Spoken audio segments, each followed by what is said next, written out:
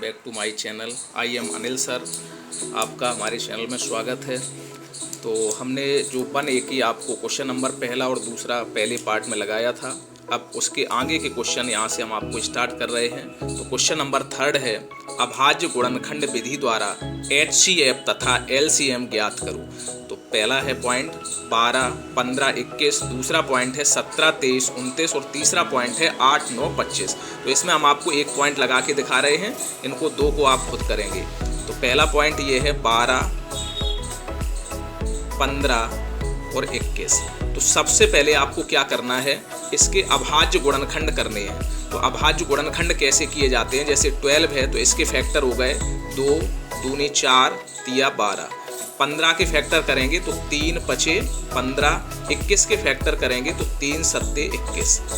अब HCF में क्या होता है, जैसा कि हमने आपको बता चुके हैं पहले कि जो कॉमन संख्या होती है उसको केवल HCF में लिखा जाता है। तो इन तीनों में केवल 3 कॉमन है, तो इसका मतलब इसका HCF 3 हो गया। LCM में क्या होता है, कॉमन तो लिखना ही है, तो एक बार जो कॉमन है 3 उसको लिख लिया, जो 2 बचे इनको भी लिख लो। ये 2 और 2 बच रहे हैं तो इनको लिख लिया हमने। उसके बाद क्या बच रहा है, 5 बच रहा है, इसको लिख लो। ये 7 बच रहा है, इसको लिख लो। अब इन सब का मल्टीप्लाई कर दो, 3 दूनी 6, 6 दूनी 12, 12 पंचे 60, 60 सत्ते 420। तो इस तरह से ये हो गया आपका LCM। क्वेश्चन नंबर 4 है। क्वेश्चन 4 में ये कह रहा है HCF 306 और 657। HCF 306, 657 आपको दिया हुआ है, 9 है, ये दिया है। तो आपसे ये कह रहा है इसका LCM क्या होगा।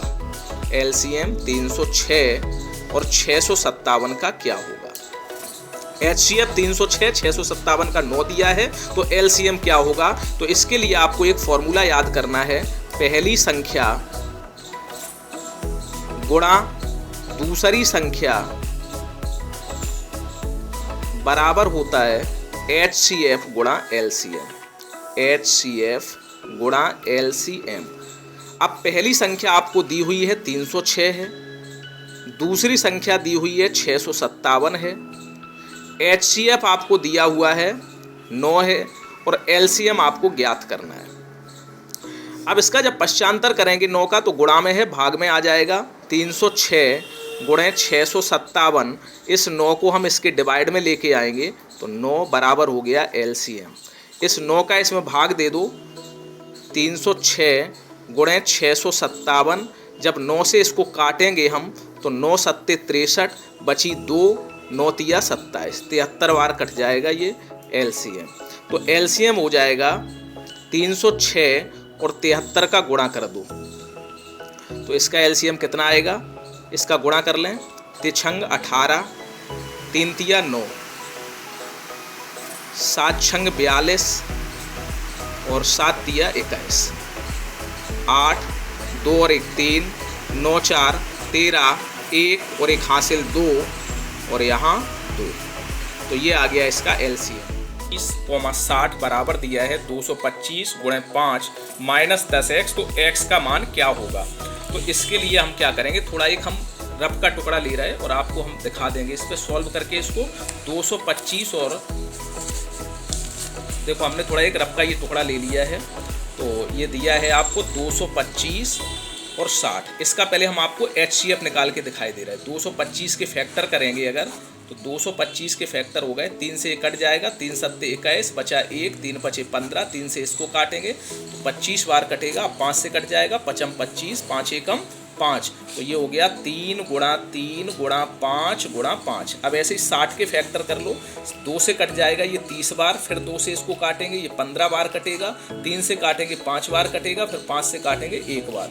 तो ये हो गया 2 गुणा 2 गुणा 3 गुणा 5। तो HCF में हमने आपको बताया था केवल कॉमन लिखा जाता है, तो 3 कॉमन है और 5 कॉमन है, तो इसका HCF हो गया 3 गुणे 5 यानी 15 हो जाएगा। तो ये हमने आपको रफ्तार करके दिखाया। तो इसको अब हम यहाँ पे डायरेक्ट लिखे ले रहे हैं कि इसका HCF कितना निकला, 15 निकला, बराबर हो गया 225 गुणा 5 माइनस 10x। अब क्या करना है, 15 तो वैसे ही लिखा, इस संख्या को हम इधर लाएंगे, जब पश्चांतर करेंगे तो प्लस की संख्या है माइनस की हो जाएगी। 225 गुणा 5 बराबर हो जाएगा माइनस का 10x।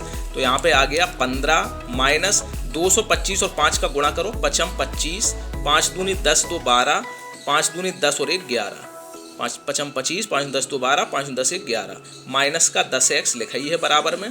अब इसको घटा दो, 1125 से 15 घटाएंगे तो बचेगा माइनस का 1110 बराबर हो गया माइनस 10x। हमें वैल्यू x की चाहिए तो x इक्वल हो जाएगा 1110 और ये 10 इसके बटे में चला जाएगा, माइनस माइनस प्लस हो गया, ये 0 से 0 कैंसिल हो गई तो आंसर आ गया 111। तो x की वैल्यू निकल के आ गई 111।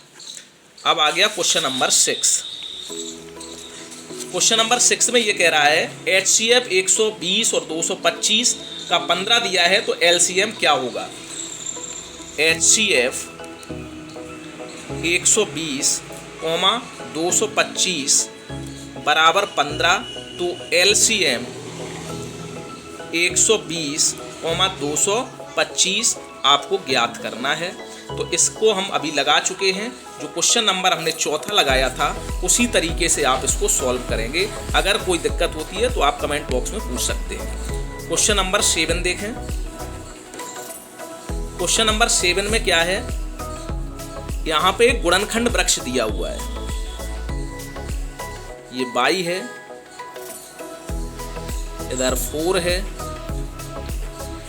x है, 3 है और 7 है। तो इसमें हमें x और y की वैल्यू ज्ञात करनी है। तो इसका तरीका समझ लो क्या होता है। x जो यहाँ पे दिखाई दे रहा है तो इस x का मान इसके और इसके गुणा के बराबर होगा, 3 और 7 के गुणा के बराबर। जो y है वो 4 और x के गुणा के बराबर है।